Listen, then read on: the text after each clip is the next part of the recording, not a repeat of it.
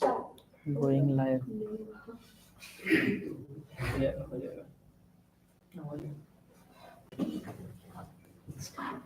Hello, नमस्कार साथियों, मैं विकास सर स्वागत करता हूं आपका सर्वोदय लाइव में। चलिए, उर्वेश जी आ चुके हैं। गुरुजी तहे दिल से नमस्ते। Jeetu Kumar good evening. Pankaj good afternoon, स्वागत है आप सभी का। ये है Shejal Singh, good morning sir ji. Kuldeep Gautam जय हिंद। हेमंत राधे राधे। ठीक है, स्वागत है आप सभी का। और ज़्यादा समय ना लेते हुए टॉपिक को शुरू करते हैं। समय हो चुका है और आप सभी लाइव इंतजार कर रहे हैं, इसके लिए आपका तहे दिल से शुक्रिया। चलो शुरू करते हैं प्रश्नों के साथ। नरेंद्र मोदी जी आ चुके हैं मित्रों। चलो, मोनिका, सपना, चलिए शुरू करते हैं प्रश्नों की तरफ। ठीक है, जहाँ से कल बात एंड की थी शुरुआत करते हैं वहीं से और अच्छे उद्देश्यों के साथ शुरू करते हैं अपने प्रश्नों को। देखिए, हमारा प्रश्न है, कुलदीप सर आपका बहुत पुराना स्टूडेंट। हाँ पता है कुलदीप, अलीगढ़ से शायद, है ना? अलीगढ़ वाले ही हैं आप कुलदीप? अब कुछ तो कहो, हाँ ना, तभी समझ में आएगी हमें। अंकित नमस्ते, शायद कुलदीप जी वही हैं, अलीगढ़ वाले हैं शायद। विकास हैं, वर्षा। चलो ठीक है, शुरू करते हैं भाई सवाल को। बाकी रामाकृष्णा सभी को नमस्ते, गुड इवनिंग। नितिन, देखिए पहला सवाल है हमारा, और एक बार जरा देख लें कहाँ तक का पेज आ रहा है ना? ये आ रहा है, पूरा ही आ रहा है, लगभग आ रहा है। तो कई बार क्या होता है कि ये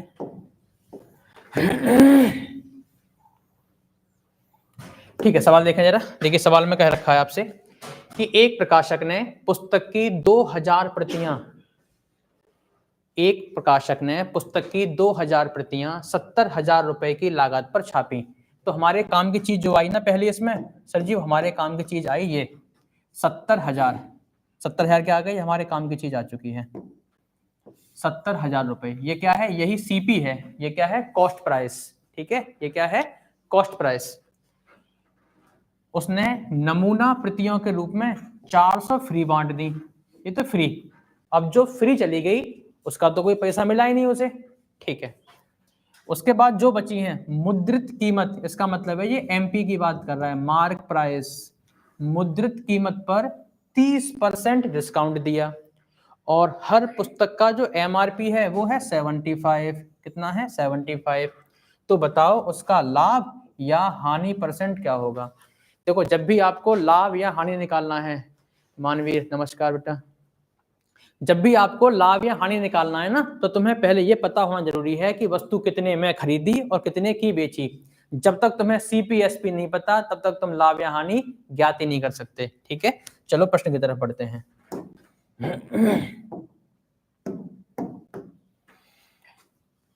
70,000 रुपए सर हमारे पास दे रखा है टोटल सीपी। टोटल सीपी कितना? 70,000 रुपए। ये तो एक बात हो गई, खरीदने वाला मूल्य दे रखा है सवाल ने। ठीक है, अब बस इतना पता कर लो कि बेचा कितने का है सामान हमने। तो कुल है कितनी हमारे पास? 2000 किताबें।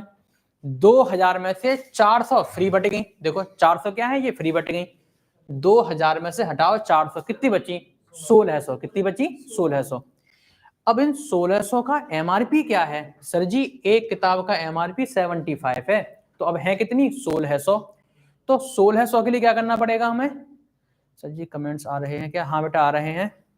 और भावना भाइयों कितने बजे चल रही है? बस जस्ट शुरू किया है भावना, है ना? अभी जस्ट स्टार्ट किया है। Sir ji I am new student. ठीक, स्वागत है आपका।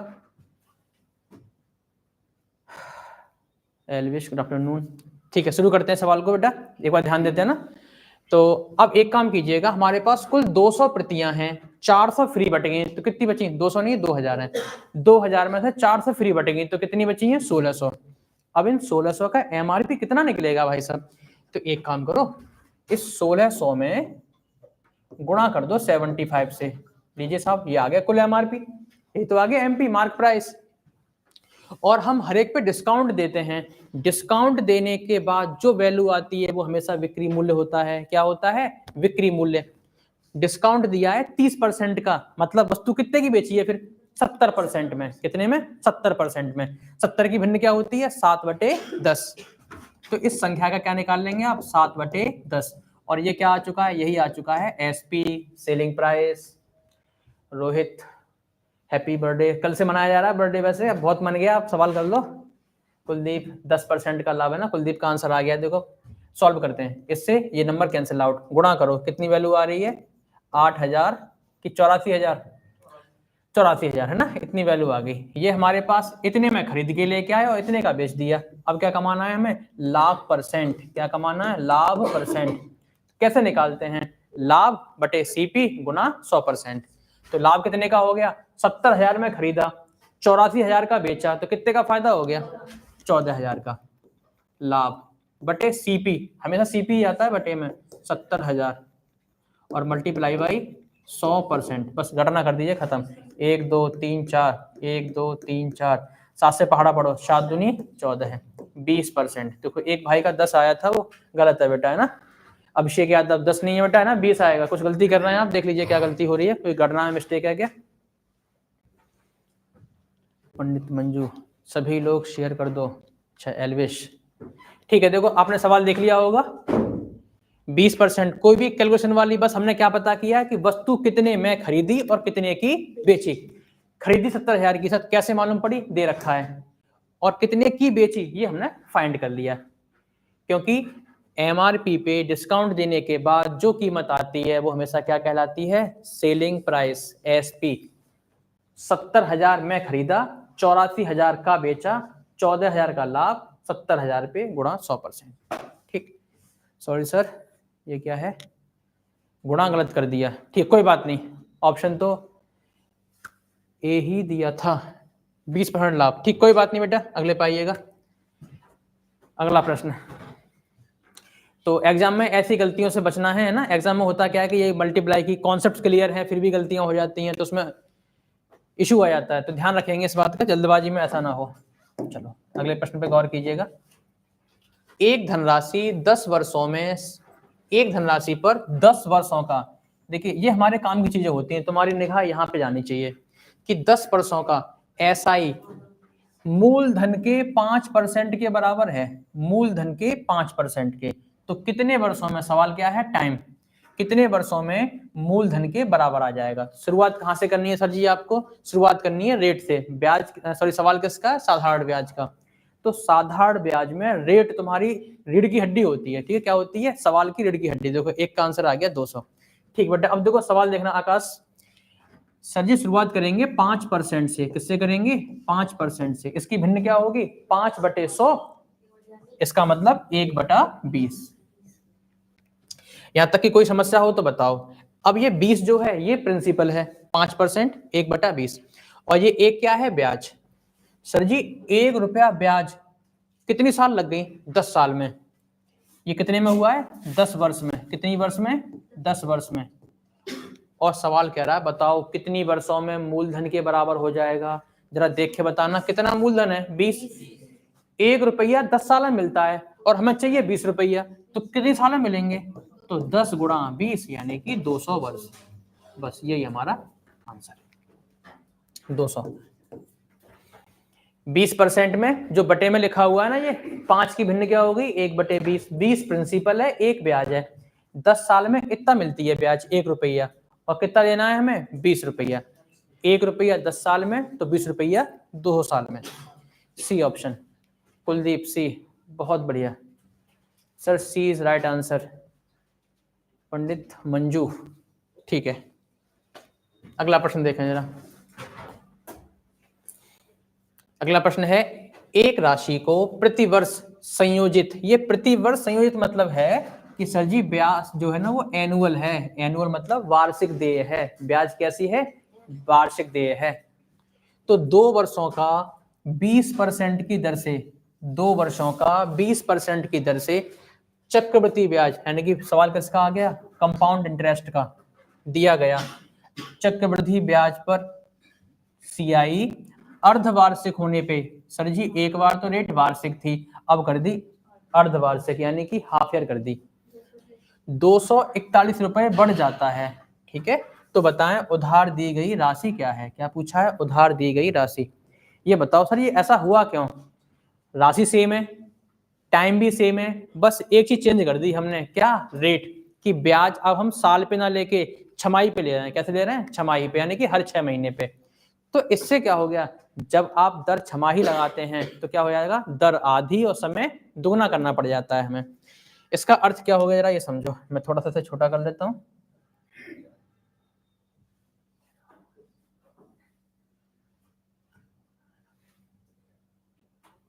इतना देखो दिख ही रहा होगा। देखिए इसमें ना दो गणनाएं हुई हैं। एक बार तो ये वार्षिक देय थी, एक बार तो ब्याज क्या है, वार्षिक देय है। तब निकालना जरा कि 2 वर्षों का कुल कितना रेट हो जाएगा। 2 वर्षों का, 2 वर्षों की कुल दर, इसलिए लगता है हमारे पास x plus Y plus X Y upon 100%, ये लग जाता है फॉर्मूला। तो कितनी रेट है? 20। तो सर जी पहली साल भी रेट 20 है और अगली साल भी 20 है, दोनों साल रेट बराबर ही है 20, तो x का मान भी 20 है और y का मान भी 20 है। तो लगाना 20 प्लस 20 40 और 20 गुणा 20 400, 400 बटे 100, तो 40 अच्छा 44, कितनी रेट हो गई? 44%। कितनी बन गई? 44%। अगर 44 इतना समझ में आया हो दोबारा देख लीजिएगा, पुष्पेंद्र का है 44 आ गया है। 44 कैसे? ये x और y दोनों जगह मैंने 20 लगा दिया है, तो 20 प्लस 20 प्लस 20 गुणा 20 बटे 100, 2 जीरो कट जाएंगे। ठीक है, यहां तक की बात समझ में आ गई होगी। ये तो जब वार्षिक गणना की है तब की बात है। सर जी अगर गणना आपने छमाही की तब, गणना आपने छमाही, छमाही बोले तो हाफ ईयरली, तो क्या करेंगे, यहाँ पे रेट आधी और समय 2 गुना। तो सर जी रेट कितनी हो जाएगी? अब रेट हो जाएगी 10% हाफ ईयरली। ये एच बाई का मतलब क्या है? Half year. ठीक है, और टाइम कितना हो जाएगा? तो टाइम हो जाएगा 4 हाफ ईयर। मतलब देखिए 2 वर्ष में 6 महीने के 4 टुकड़े होंगे। ठीक है, इसी को मैं दुगुना बोल रहा हूं। ठीक, 1 साल में 2 छमाही, 2 साल में 4 छमाही। जरा अब लगाना। सर जी जो एक्स वाई है ये तो बस 2 वर्ष पे ही काम करता है, 2 के लिए, अब 4 पे कैसे करवाओगे? मैंने कहा ठीक है, देखो समझा देते हैं। 10%, 10%, 10% और 10%, यही मतलब है। अब हालांकि एग्जाम में जब करने बैठोगे तो ऐसे तो करोगे नहीं, इतना तो दिमाग लगाएंगे आप, बस मुझे समझाना तो बता रहा हूँ। ठीक है, जरा गौर कीजिएगा। पहले तो इन दोनों को देखें आप, ये वाले मान लगाओ, क्योंकि हम एक बार में 2 लगा सकते हैं, तो x और y यहाँ लगाओ, तो 10 प्लस 10 20, और ये कितना 21 हो जाएगा। कितना हो गया? 21%। यहां से भी कितना बनेगा फिर? ये 21%। और इनको फिर से काउंट कर लो एक बार, 21 और 21 42, 42 तो ये हो ही गया।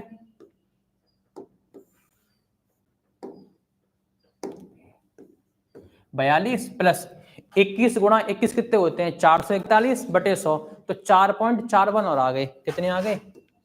4.41 41, सॉरी ये हो गया। जरा जोड़ दो, कितना हो रहा है? ये हो रहा है 46.41। तो सर जी यहाँ से निष्कर्ष ये निकला। देखो शायद आपको यहाँ पे चेंज करना पड़ेगा मुझे पेज, अब वहाँ पे जगह कम बची थी, या फिर एक काम कर लेते हैं उसे, हाँ उसे थोड़ा सा जूम आउट कर लेते हैं। देखो दिख पा रहा है कि नहीं? ज़्यादा छोटा तो नहीं हो गया? देखो दिख पा रहा है? मोबाइल चालू किया है किसी ने? अच्छा सेम ही दिखेगा, ठीक है। चलो अब इसका मतलब ये हो गया सर जी कि जब ये एनुअल था, जब ये एनुअल था तब कितनी रेट थी? तब रेट थी कितनी सर? ये 44%। कितनी थी? 44%। और जब ये हाफ ईयरली पे है तब कितनी रेट है? देखो ये लिखी हुई है 46.41%। कितने का डिफरेंस आ गया इनमें? ये आ गया 2.41% का। इसी का मान दे रखा है 241। तो 1% की वैल्यू कितनी हो जाएगी? यहाँ से 1% की वैल्यू 100। और पूछा क्या है आपने? प्रिंसिपल। क्या पूछा है? प्रिंसिपल। कितना होता है? 100%। तो 2 जीरो और लगा दो, 1 2 3 4। देखो समझने में थोड़ा कठिन लगा हो, देखो आंसर क्या आ जाएगा, ऑप्शन ए आ जाएगा। ठीक है, अगर थोड़ा कठिन लगा हो तो शायद इसकी वजह से लगा होगा, मैं अभी दोबारा फिर समझा दूंगा, आप इसे कॉपी कर सकते हैं। यस सर दिख रहा है। ठीक है, ए आंसर। देखो क्या कठिन लगा, समझ में आ गया है? चलो अच्छी बात है फिर तो। ए आंसर कुलदीप गौतम, पुष्पेंद्र कुमार, सपना, एलविश, यस। ठीक है, अगले सवाल पे चलते हैं।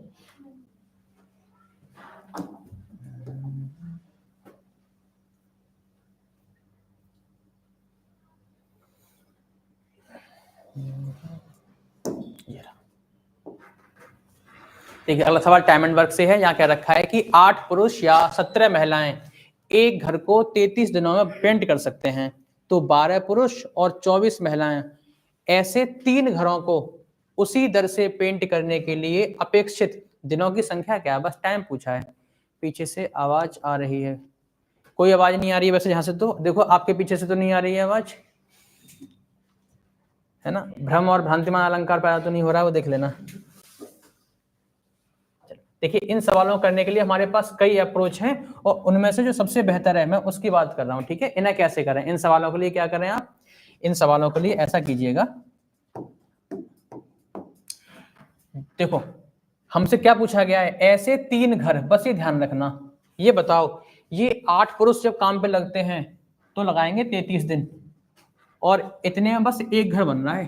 कितना बन रहा है? एक घर। ये ध्यान रखना, 8 पुरुष, या का मतलब होता है और अथवा, या तो 8 पुरुष काम पे लगाओ या फिर 17 महिलाएं काम पे लगाओ, तब ये काम खत्म होगा 33 दिनों में, मतलब एक घर बनेगा 33 दिन में। और घर हैं कितने? ऐसे 3 घर हैं। अगर 3 घर हैं तो कितने बनेंगे? 99 दिन में। अरे भाई एक घर बनता है 33 दिन में, तो 3 कितने बनेंगे? 99 में। क्योंकि सर हमें 3 घर बनाने हैं ना, हमारा सवाल 3 घर का है ना, तो हमने पहले से गुणा कर लिया है, जिससे कि बाद में हमें दिक्कत ना आए। ये बात समझ में आ गई होगी। सर जी हिंदी भी लगता है अच्छी है। हाँ आती है भैया, इतनी पढ़ाई करी थी। चलो अब सवाल पे आ जाओ।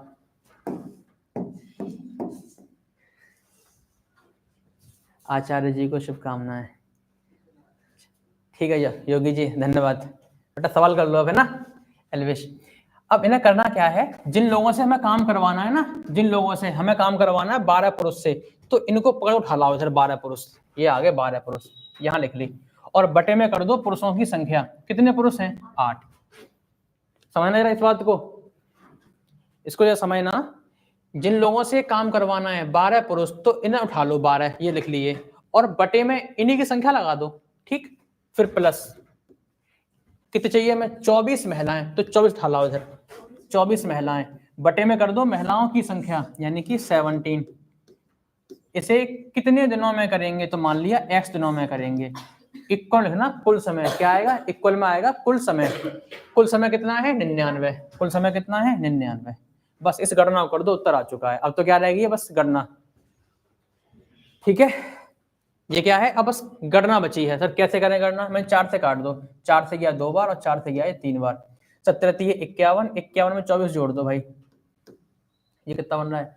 4 और 1 5, और ये 75 यानी 34 इंटू एक्स इक्वल 99। कोई गणनात्मक त्रुटि हो रही है क्या? 51 और 48, सॉरी 48 होगा ना, गुणा होगा, 24 तो नहीं 48। हाँ गणना गलत हो रही है। ये मुझे उम्मीद है कि गणना तो आ रही होगी, आप क्रॉस में गुणा कर देते हैं इसे। 17 51 हो रहा है, और 24 तो नहीं 48 हो रहा है। जरा ना जोड़ दो, कितना बैठा? 99। 99 बटे कितना आ रहा है? 34 इंटू एक्स बराबर 99। इससे ये खत्म, एक्स की वैल्यू कितनी आ गई? 34। बस ये आंसर हो जाएगा 34, है ना पुष्पेंद्र, अभिषेक, बहुत शानदार बेटा। क्या आंसर आएगा? अब फिर भी किसी को करना समझ में ना आएगा तो मैं दोबारा समझा दूंगा इसे, सर ये आपने जोड़ा कैसे इसे, तो अभी दोबारा समझ लेते हैं। वो आपने ये स्क्रीनशॉट ले लिया होगा। कृष्णा बेल्स यूसर, पता नहीं क्या लिखा है उन्होंने, कृष्णा, अच्छा शायद बिलेश होगा, है ना? चलो मैं समझ लूंगा, है ना? हाँ ब्लेस को बेल्स हो गया है बेटा। अब देखो इशू आ रहा होगा जोड़ने का, शायद जोड़ कैसे दिया है आपने, तो वो जरा देख लो। ये संख्या ये लिखी हुई है a बटे b प्लस सी बटे डी, इन्हें जोड़ना है तो क्रॉस में गुणा कर लिया करो इनका और नीचे आपस में गुणा कर लिया करो। जैसे कि ये लिखा हुआ है 2/3 प्लस 4/5, इन्हें ऐड करना है तो क्रॉस में गुणा करो, 5 दूनी 10, 4 तिये 12 और बटे में इनका गुणा लिख दो, 5 तिये 15। तो बस ऊपर मैंने यही किया था, ठीक है। मैंने इससे पहले जो किया है देखो वही किया है। 17 तिये 51 और 24 दूनी 48, 51 48 जोड़े हैं 99 आ गया है और बटे में इनका गुणा किया है 34, ठीक है। अगला प्रश्न देखिएगा जरा। ओके गुरुजी, चलिए अगला प्रश्न देखें। एक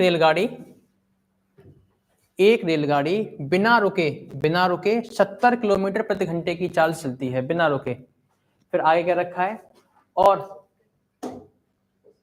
रुकने के साथ 56 किलोमीटर प्रति घंटे की चाल से चलती है। तो बताइएगा वह प्रति घंटा कितने मिनट रुकती है। तो पहला काम तो मैं ये करना पड़ेगा सर जी इस सवाल के लिए कि 70 का और 56 का एलसीएम लेना पड़ेगा, 70 का और 56 का एलसीएम।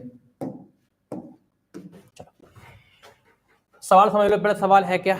सवाल देखो इतना सा है बेटा कि 70 किलोमीटर प्रति घंटा, जब गाड़ी बिना रुके जा रही है तो कितनी स्पीड है 70, और जब रुक के जा रही है तो कितनी स्पीड हो गई 56।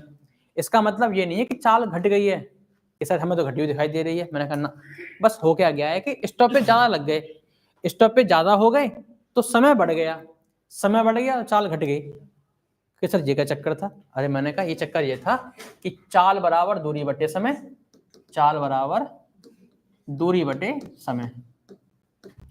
समय जितना अधिक ले लोगे आप यात्रा करने में उतना ही क्या हो जाएगा, चाल घट जाएगी। एवरेज चाल क्या हो जाएगी, घट जाएगी।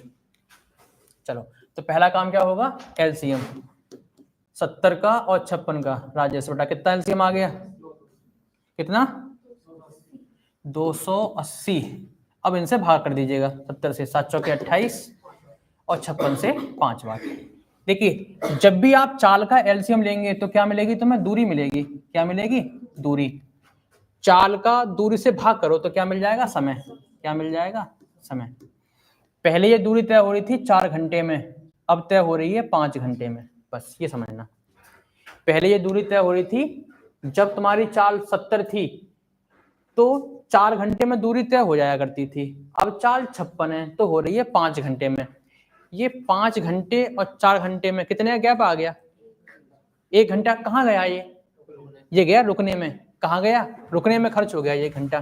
तो हम इसे लिखेंगे कैसे, हम लिखेंगे 5 घंटे में गाड़ी रुकी है, कितनी रुकी है, 1 घंटा। कितनी रुकी है, 1 घंटा, मतलब 60 मिनट रुकी है। कितनी रुकी है, 60 मिनट।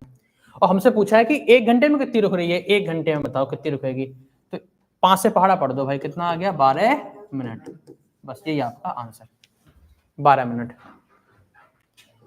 मानवीर 12, कुलदीप 12, स्वप्ना 12 मिनट। बहुत अच्छा भी। रोहित 280, पता नहीं क्या कर रहे हैं, 280 कहां से लेके आ गए। उम्मीद समझ में आ रही होगी बात, यहाँ तक कोई डाउट, ठीक है, वेरी गुड। अगले प्रश्न पे आइएगा। देखो बहुत शानदार सवाल। देखिए सवाल में क्या रखा है आपसे कि एक समकोणीय त्रिभुज का, अब ये समकोण क्या चीज होती है, मैंने कहा जहां एक कोण 90 का बने वो क्या होता है, समकोण त्रिभुज होता है। चलो बना लेते हैं। एक समकोणीय त्रिभुज का एक कोण 15 डिग्री है। चलो देखो ये तो 90 हो गया, अब एक 15 है, चलो ठीक है हमने इसे मान लिया 15 डिग्री। क्या मान लिया, 15 डिग्री। देखो ये 90 है, ये 15 है, तो बताओ फिर ये कितना बच गया, ये बच गया हमारे पास 75 है ना, क्योंकि त्रिभुज के तीनों कोणों का योगफल 180 अंश होना है। तो हालांकि किसी एक से गणना कर लो, इससे कर लो या इससे कर लो, किसी एक को उठा लो। आप किसी के मन में आ रहा हो कि नहीं सर हम तो एक काम करते हैं, हम तो इसे मानेंगे 15, तो मैंने कहा भैया तो भी कोई मुसीबत की बात नहीं है, आपकी मर्जी है। आप चाहो तो 15 ऐसे मान लो, तब भी कोई आफत नहीं है। किसी को 15 मान लो, ठीक है, उससे कोई दिक्कत नहीं आनी। चलो देखो जरा गौर करो। फिर क्या रखा है, कर्ड का मान कितना है, 1 मीटर। 90 के सामने वाली भुजा हमेशा कर्ड होती है, उसका मान दे रखा है 1। कितना दे रखा है, 1। अब पूछा क्या है, एरिया। अब जरा गौर करते हैं, सर जी एरिया निकाला कैसे जाता है। हमारे पास जो बेसिक फॉर्मूले हैं वो क्या हैं एरिया निकालने के। देखिए एक तो ये है हमारे पास रूट में एस, एस माइनस ए, एस माइनस बी और एस माइनस सी। ये कहाँ लागू होता है? ये लागू होता है विषमबाहु त्रिभुज में। ये किसमें लागू होता है? विषमबाहु त्रिभुज में। अच्छा, फिर एक होता है हमारे पास √3/4 इंटू भुजा का स्क्वायर। ये कहाँ लागू होता है? तो समबाहु त्रिभुज में। ठीक है। और एक होता है half base into height, half आधार गुणा ऊंचाई। सर जी ये कहाँ लागू होता है? तो ये होता है समकोण त्रिभुज में। ओ लो सर, मिल गया, हमारा काम यही था। मैंने कहा बिल्कुल खुश हो गए आप तो, कि समकोण त्रिभुज था, ये भी समकोण ही है। लेकिन एक दिक्कत है भाई इसमें, क्या कि सर जी ना तो आधार है ना हमारे पास ऊंचाई है, सिर्फ कर्ड कर्ड है। तो अभी तो हमारे काम की कोई चीज में नहीं लग पा रही कि हम कौन सा वाला लगाएं। तो ठीक है, मैंने कहा फिर इन सब के अलावा एक चीज होती है, जैसे ये है ना, ये फॉर्मूला अभी आधा लिखा हुआ है तुम्हारे सामने। ये फॉर्मूला तुम्हारे सामने क्या लिखा हुआ है? आधा। सर जी ये आधा तो पूरा क्या होता है? ठीक है, देखो पूरा फॉर्मूला ये होता है इसका।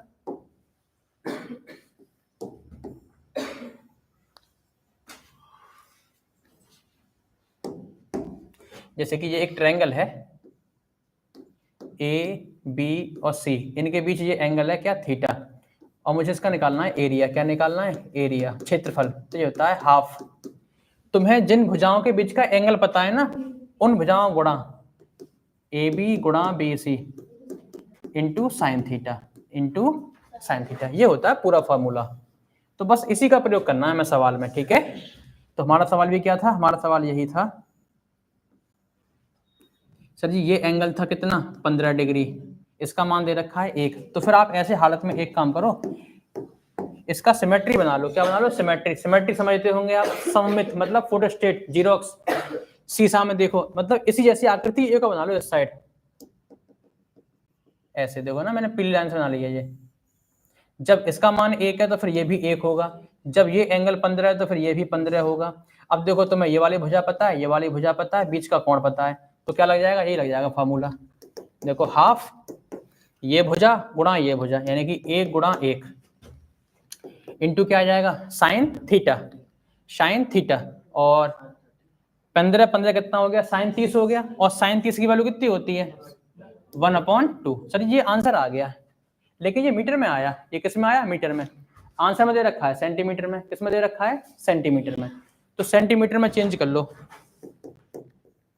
1 मीटर में 100 सेंटीमीटर होते हैं। सर ये 2 बार गुणा क्यों किया है? अरे मैंने कहा एक बार इसके लिए किया और एक बार इसके लिए किया है। ठीक है, ये वैल्यू आ गई। अब सॉल्व कर लीजिएगा भाई इस घटना को।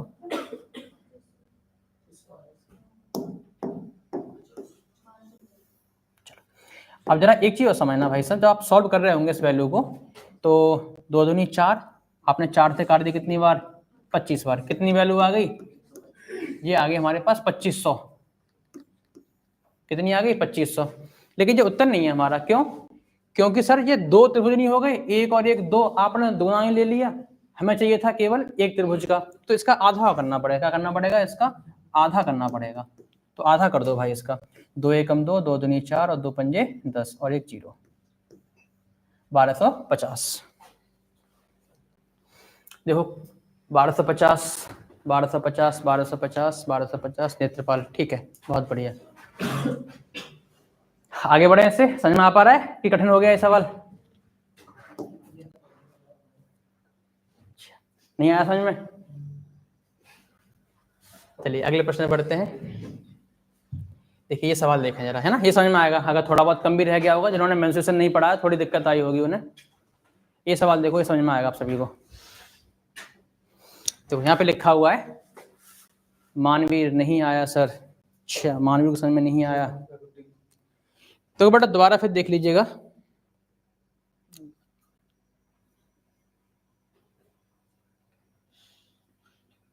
बस 1 मिनट रुकिएगा सर, दिक्कत आ रही है। चलो बेटा आपने थोड़ा सा कम पढ़ रखा होगा मेंस्ट्रुएशन, तो दिक्कत आ रही होगी बेटा हल्की सी आपको। चलो कोशिश करते हैं एक बार समझाने की दोबारा से। फिर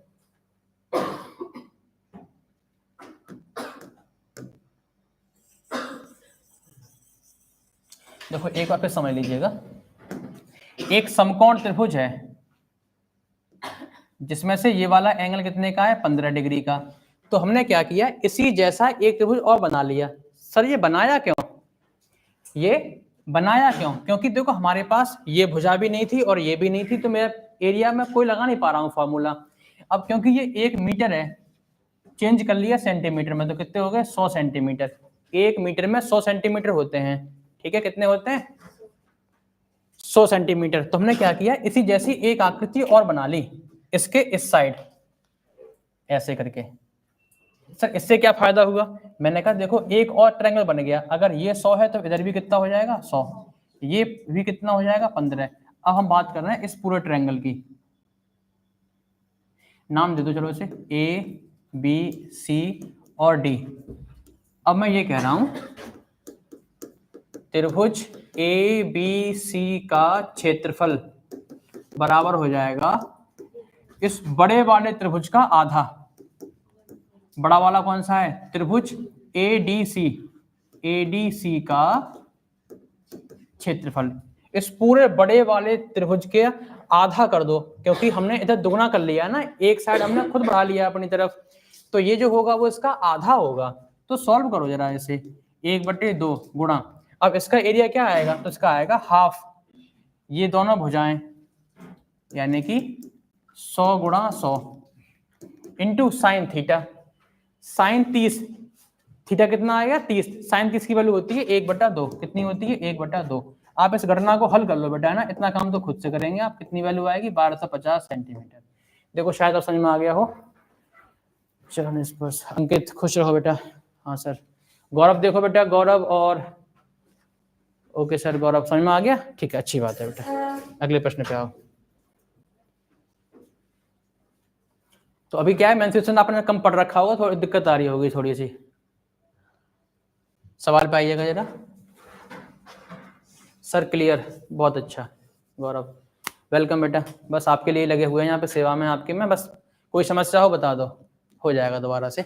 सवाल पे आए जरा कि गुणनफल 5786 और गुणनफल 5784 को एक पूर्ण वर्ग बनाने के लिए सबसे छोटा अंक क्या जोड़ें। तो आपके मन में आ रहा होगा सबसे छोटा एक है, लगा दो एक, ठीक है, हो सकता है कि तुम्हारा आंसर भी सही लग गया हो, लेकिन महज इसे तुक्का कहा जाएगा, है ना, इसका सॉल्यूशन से कोई मतलब नहीं है, इसे क्या कहेंगे आप तुक्का, क्योंकि सवाल ने बोला सबसे छोटा एक उत्तर, ठीक है। चलो देखो अखिलेश का 4 आ गया है, देखो समझते हैं आप अखिलेश बाबू कि इसे करना कैसे है। ये संख्या लिखी हुई है 8786, मैं इसे लिख सकता हूं 8785 माइनस 1, बताओ किसी को दिक्कत, सॉरी प्लस 1, 8000 ये 86 लिखा हुआ है और ये 84। एक संख्या वो ढूंढो जिनके बीच में बैठती हो, इन दोनों के ठीक बीच में, ये 86 है ये 84 है, ठीक बीच में क्या आ रही है 85, क्या आ रही है 85। तो मैं कर क्या रहा हूं, इस संख्या को लिख रहा हूं 8785 प्लस 1 गुणा, इसे क्या लिख रहा हूं, इसे लिख रहा हूं 8785 माइनस 1। देखो क्या हम इसे इस ढंग से लिख सकते हैं। अब सर सवाल बन गया ये a प्लस बी दूसरे ब्रैकेट में a माइनस बी, इसके बराबर क्या होता है, इसके बराबर होता है a square minus B square, ये पढ़ी होगी सर्वसम आप सभी लोगों ने, इसके बराबर होता है a square minus B square. तो सर जी इसका भी उत्तर क्या हो जाएगा, इसका भी हो जाएगा 8785 का स्क्वायर माइनस 1 का स्क्वायर।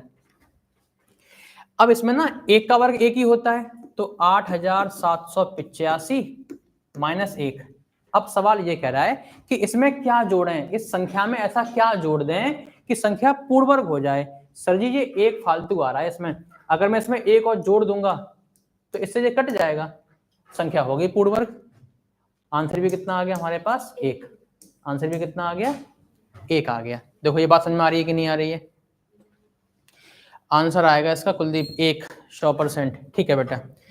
चलो अगर मान लो ये बात ना समझ में आ पाई हो किसी कारणवश मान लो किसी को सम ऑफ डिजिट से नहीं होगा सर जी क्या, देखो सम ऑफ डिजिट से क्या होता है, एसडी मेथड से बेटा ये होता है कि अगर गुणा करवाता तो हो जाता, क्या जोड़ें क्या घटाएं तो नहीं होगा ना। चलो अगर बाई चांस मान लो समझ में नहीं भी आ पाया, वैसे भी ये बेसिक पैटर्न है, अब एग्जाम में से कैसे करना है, देखो एग्जाम में आप ऐसे निपटाना है इसे,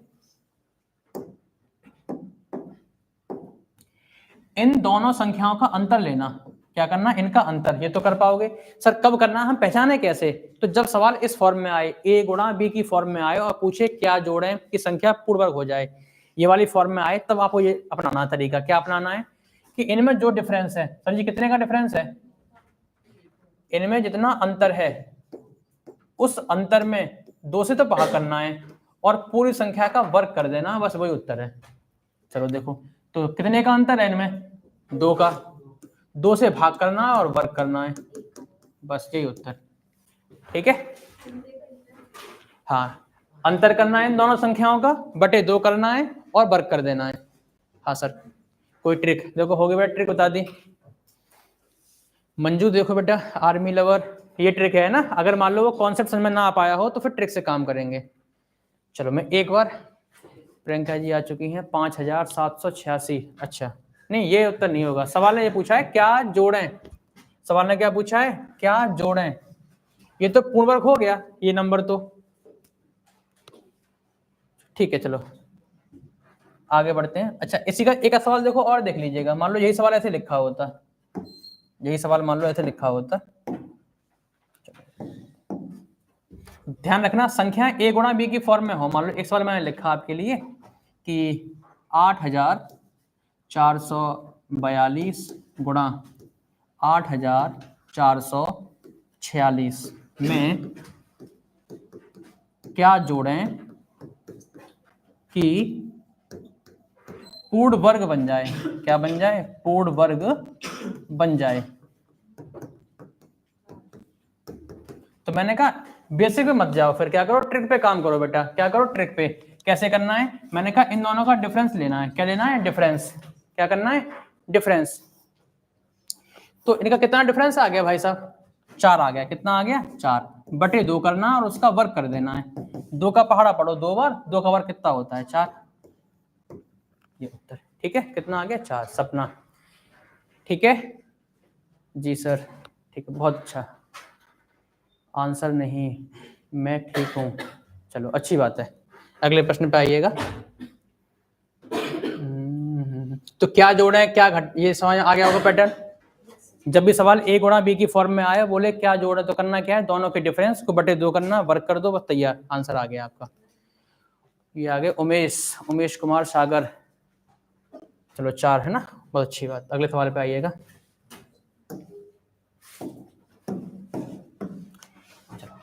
अगला प्रश्न कह रहा है कि 2 संख्याएं ऐसी हैं कि उनका योगफल, अंतर और गुणा 11:1:90 है, तो बताओ उन संख्याओं के वर्गों का योग क्या है। क्या पूछा है, उन संख्याओं के वर्गों का योग क्या होगा।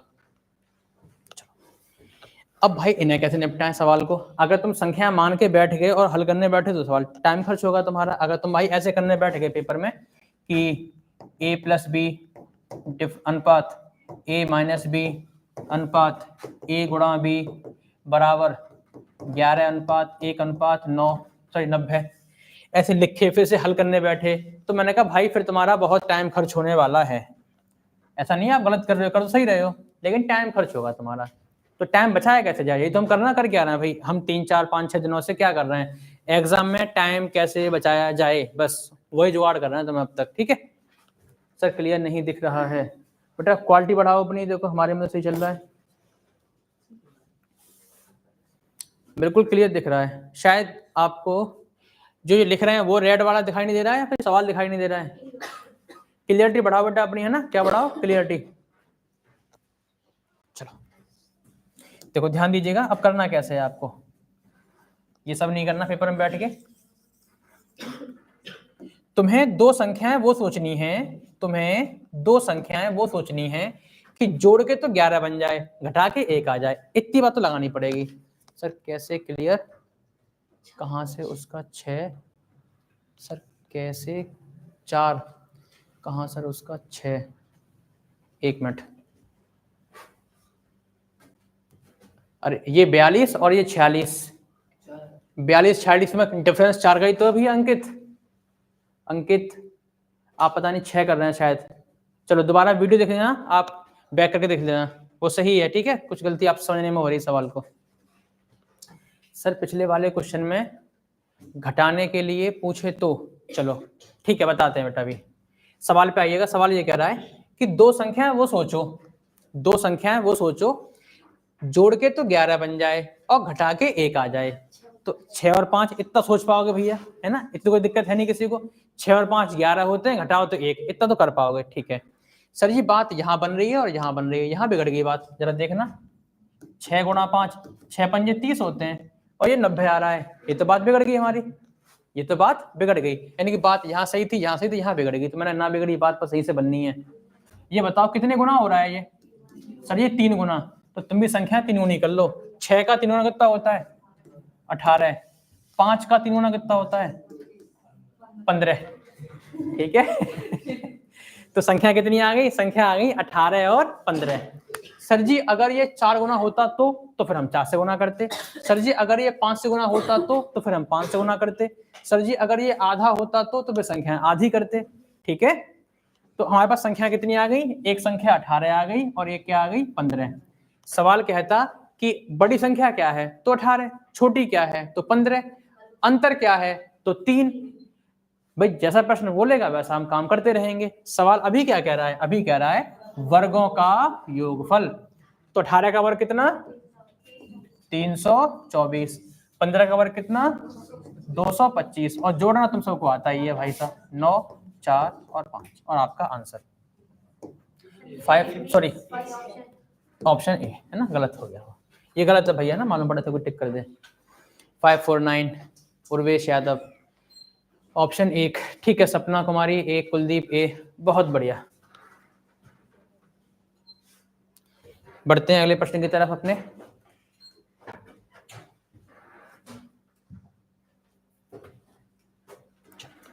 देखिए सवाल अगला, नेत्रपाल जुड़े हुए हैं, उर्वेश, कुलदीप, सपना। देखो अगला सवाल हमसे कह रहा है कि किसी प्रतियोगी परीक्षा में प्रत्याशियों की संख्या, प्रत्याशी बोले तो कैंडिडेट, प्रत्याशियों की संख्या के 3/5। देखो जब भी कोई भिन्न लिखी होती है, मैंने कल भी समझाया था, आज फिर समझा रहे हैं, बटे में क्या होता है? कुल। कि कुल अगर 5 लोग हैं तो बस 3 लोग बैठे हैं रिटन एग्जाम में। ये तो होता है, फॉर्म पड़ जाते हैं, बैठने कम ही लोग जाते हैं। वही हो रहा है कि 5 में से बस 3 लोग ही बैठे हैं पेपर में।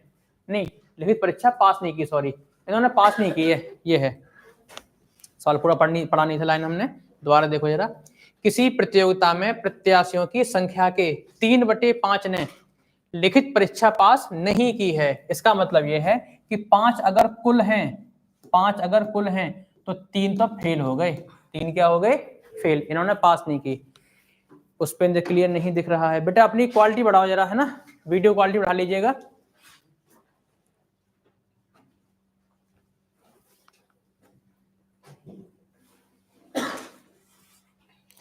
है ना, 360 पे भी कर लोगे तभी बहुत साफ दिख रहा है। देखो हमारे पे चल रही है, हम देख रहे हैं अपने पास भी, इसी चलती रहती है। तो आप ना इसे 480 पे कर लीजिएगा, फिर देखो बहुत सही चलेगी आपके में। और वैसे मैं देखो थोड़ा सा और बढ़ा लेता हूँ, अगर ऐसी कोई समस्या है तो। देखो अब इससे ज्यादा हो नहीं पाएगा, इतना ही है बोर्ड भाई साहब। ठीक है सर, सवाल पे शुरुआत करते हैं। शुरुआत कहाँ से की जाए इस सवाल की? तो मैंने कहा ये देखो कि पास हुए विद्यार्थियों के 3/4 चुने नहीं गए और चुने गए प्रत्याशियों के 1/8 मेडिकल में फेल हो गए। तो प्रतियोगिता में भाग लेने वाले प्रत्याशियों की कुल संख्या ज्ञात करें, जबकि अंतिम रूप से चुने गए व्यक्तियों की संख्या है 392। कि मतलब पेपर कितने लोगों ने पास किया, ये संख्या दे रखी है बेटा, हमें क्या कर रखा है? ये संख्या। अब शुरुआत कहाँ से करें सवाल की? मैंने कहा शुरुआत से ही शुरुआत करते हैं। चलो आओ, ये कह रहा है 5 में से 3 लोगों ने परीक्षा, 5 में से 3 लोगों ने परीक्षा पास नहीं की। तो फिर कितने लोगों ने पास की? 2 लोगों ने। कितने लोगों ने पास की? 2 लोगों ने। तो 5 में से हटाओ 3, तो कितने बचे? 2/5। सर जी 2/5 क्या आ गया? ये वो लोग आ गए जिन्होंने पेपर पास किया है। कौन सा पेपर? रिटन एग्जाम पास करने वाले आ गए। ठीक है सर, सही है अब तो, ठीक है, अच्छी बात है बेटा। अब इससे आगे बढ़ो, ये लोग वो आ गए जिन्होंने पेपर पास कर लिया है। ठीक है, अब पेपर पास कर लिया, साक्षात्कार का मतलब होता है इंटरव्यू। उनमें से 3/4 तो इंटरव्यू में पास ना हो पाए बेचारे, 4 में से 3 लोग पास ना हुए इंटरव्यू में, तो कितने पास हुए? 1/4। तो लिखो यहाँ पे फिर 1/4, ये लिख लिया, ठीक है। यहां तक बात हो गई। फिर इससे आगे बढ़ो। और चुने गए प्रत्याशियों में से 1/8 को मेडिकल में फेल कर दिया गया। 8 में से एक आदमी फेल हो गया मेडिकल में, तो कितने पास हुए? 7/8। कितने पास हुए? 7/8। यहां तक पहुंच गए भाई साहब, हो गया हमारा रिजल्ट, है ना। यहां तक हम आ गए। कुछ कटे पटे तो ठीक है, काट लो, ना कटे तो कोई बात नहीं है। हाँ, यहाँ कट जाएगी संख्या, लेकिन देखो यहाँ कट जाएगा, ये 2 से कट जाएगा ये 2 बार, तो कितना आ जाएगा हमारे पास? 7/80 हो जाएगा, 7/80। इसका मीन्स कुल अगर 80 बालक थे तो भाई साहब 7 ही पास हो पाए। देखो यही तो होता है। और सवाल कह रहा है कितने पास हुए? 392। तो 7 का मान दे रखा है कितना? 392। तो 1 का मान निकाल लो, 7 पंजे 35 और 7 छिक्के 42। हमसे पूछा क्या है? 80 का मान, तो क्या कर दो? 80 गुणा 56। बस आंसर आपका कौन सा? 4480, डी ऑप्शन, 4480। अब यहाँ तो इकाई का अंक लगा लीजिएगा यहाँ पे, या फिर एस्टिमेशन लगा दो, या फिर गुणा कर लो। इकाई का अंक लगा लो। इकाई अंक कैसे? देखो 0, लेकिन 0 समय बन रहा है, तो या तो एसडी मेथड, या फिर विभाज्यता का नियम, या फिर गुणा कर लो भाई। आप आयाद हैं इन सबके लिए। चलिए अगले प्रश्न पे आइएगा। चलो देखो एक और प्यारा सवाल।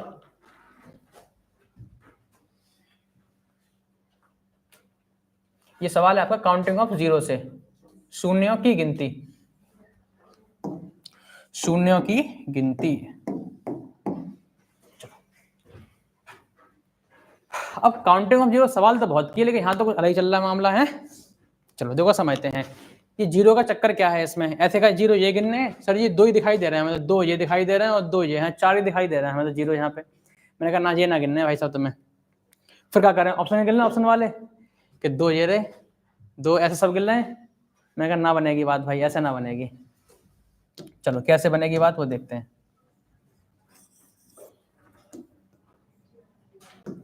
देखिए 0 जो बनता है ना, वो बस 5 के नंबर, जो 5 के मल्टीपल में जो संख्या आती हैं, बस उन्हीं में ताकत होती है 0 बनाने की। मैं क्या कहना चाह रहा हूँ वो समझो। मैं ये कहना चाह रहा हूँ कि जब 5 का गुणा हम किसी सम संख्या में करते हैं, तब शून्य का निर्माण होता है, शून्य का निर्माण।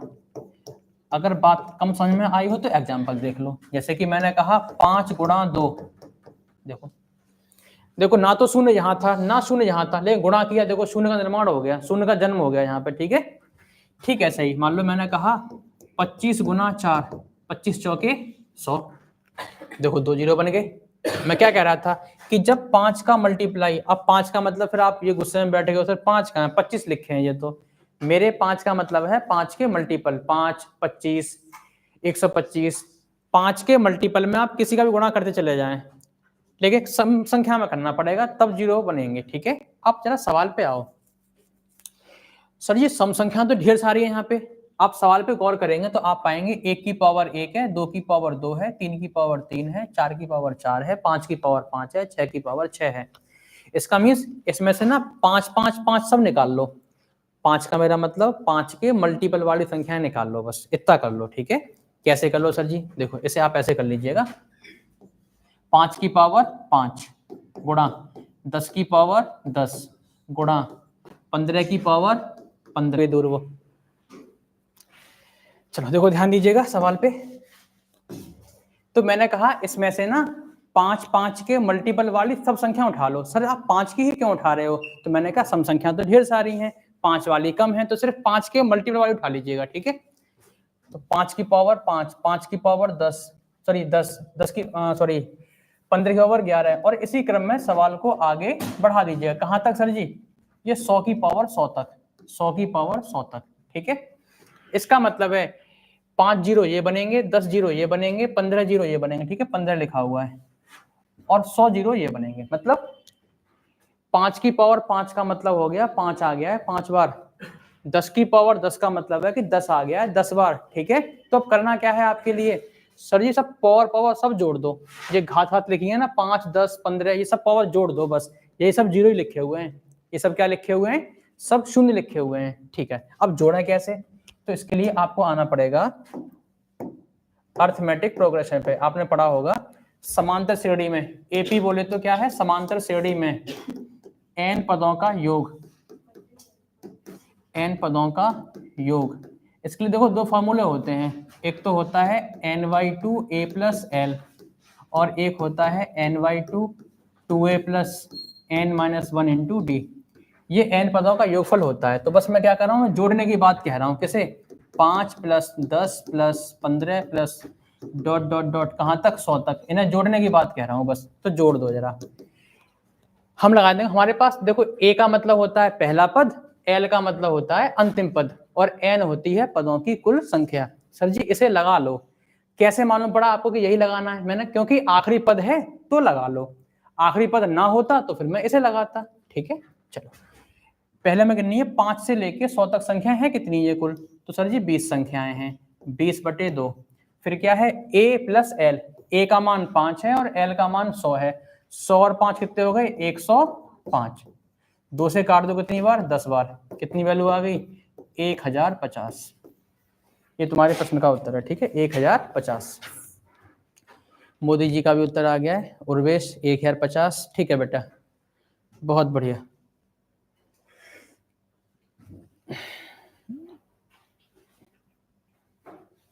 चलिए देखो एक सवाल और देखते हैं। ये सवाल देखो जरा एक,